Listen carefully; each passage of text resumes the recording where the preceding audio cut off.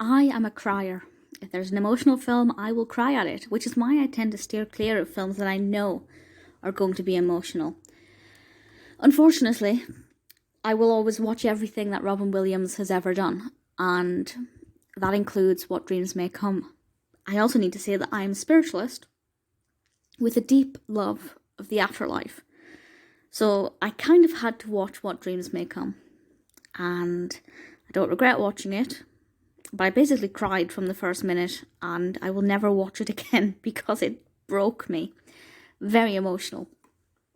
So this was released in 1998, directed by Vincent Ward, written by Ronald, based on the novel by Richard Matheson, and I haven't read the novel. Maybe I should. And it stars Robin Williams and Cuba Gooding Jr., as well as Annabella Sciorra. And I'll read the description from IMDb. Chris Nielsen dies in an accident and enters heaven.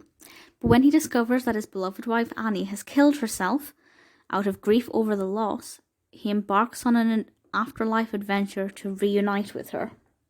Straight away, bawling like a baby at this point in the film. Chris is played by Robin Williams. And I tried to watch this quite soon after his own death, and I couldn't get past I've seen the first 10 minutes several times. But once I was actually able to make it further into it, I realised that this is a visual masterpiece. The emotional quality, the sentimental part of it is ridiculous. It's so powerful. And there's a beautiful scene near the beginning where Chris tries to do automatic writing with his wife. And me being a spiritualist, that's something I absolutely adored. The thing with spiritualism is there are a lot of different pockets of belief about the afterlife. But for me personally, this delivered every single thing that I believe about spiritualism. So for me, it just spoke to me 100% directly. And it's just, ridiculously emotional. It's also visually gorgeous. It's very much like a painting a lot of the time, and seeing that creation is so beautiful.